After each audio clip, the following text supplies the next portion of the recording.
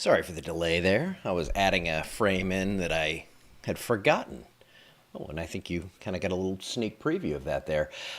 So here we go. Microphone's on. Yeah, you guys remember that from last night. And yeah, I slept in my weather shirt and I kept it on because I was, in case I had to jump up and get to things quickly last night. And it turned out we didn't. Once that thing cleared out, we were good to go.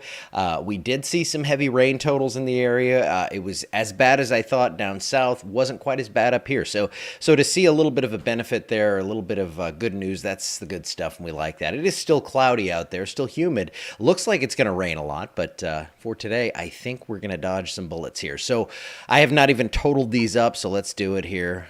19, 27, 28. 33, 37, 37,000 plus power outages across the area still. Now we're heading in the right direction. The linemen out doing crazy amount of work, I'm sure, right now, because this is so widespread. We lost a lot of that when that backside came in, that wake low came through, and we had wind gusts over 50 miles per hour. So down south, tied more to the storms. Up here to the north, you can see that we had the issues, but it was a little less, and a little less on the rain as well. So those are your current numbers on power outages, and I know that you're going to be itching to get that back. And down to the south, Houston was absolutely slammed by a storm. Still about 700,000 without power in Harris County alone. And I think it was over 1 million still in Texas. So going to be a lot of work for the electric companies, for the linemen over the next days and probably weeks, because it looked like they lost some transmission lines down in Houston. So for us right now, storms firing up here across South Texas. If you just kind of follow the trajectory of these, you can kind of see the story for today. You see how it kind of bends to the right there, and I think everything's going to stay pretty much south of us. Now, when I say everything, I mean the heavy stuff and the severe threat. We'll dig into that just a bit. Here are your rain totals. Now, this is just your radar estimates. Anywhere where it's yellow is 2+ inches. You see an ongoing flood warning there, including parts of Concordia Parish, and that is up into Mississippi toward Jackson.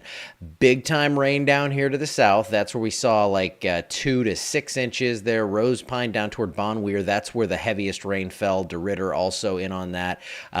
Big time rain there, where it just seems like we've been getting this over and over again. So currently we're in the upper 60s and low 70s. Kind of cleared that instability out. For today, I think we keep a lot of cloud cover in the area, but rain chances are going to stay actually fairly low, especially if you go further north and west from Alexandria. High is going to hold around 80 degrees, and you can see what the clouds are going to do here. It's going to do a number on those temps.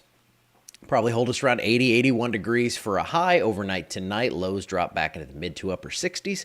So looking pretty comfortable there. And the HRRR, this is the high-res model I've been talking about and I've been watching, did a pretty good job analyzing and diagnosing the fact that this was going to be just over the heaviest rain was going to fall over the southern half of the area. So here's what we're seeing for today with this. And like I was saying, the trajectory on those current showers and storms is going to keep it just to our southeast. So 6 p.m. Got a lot of graduations going on, I know. It looks like there will be some rain in the area, but you can see very limited storms. The storms holding off to the south and east, and it looks like that's where we're going to see some active weather tonight. I thought I was pulling an all-nighter last night and then on most of the day or today. I'm not. I am just going to be kind of chilling out. And, well, I mean, my wife is going to definitely find things for me to do. We got shirts to print. We got all that kind of stuff going on. So when one job leaves, the other one arrives. But after this, things look really nice and calm there. It looks like we're going to get through the weekend and the first half of next week, and we're going to do pretty well. Now, they've held a slight risk of flooding rain in because I think really right now, like a 1/4 inch of rain would contribute to that. So marginal to slight risk across the area. I'm not worried about crazy flooding because look at these forecast totals, and this is through Thursday. So this encompasses today and then the potential for some rain around Thursday, but less than an inch for most of the state, apart from down to the southeast, where they've actually not seen as much, not nearly as much rain in the last couple of months. So a little good news for you, actually a lot of good news for you here as we head toward the weekend.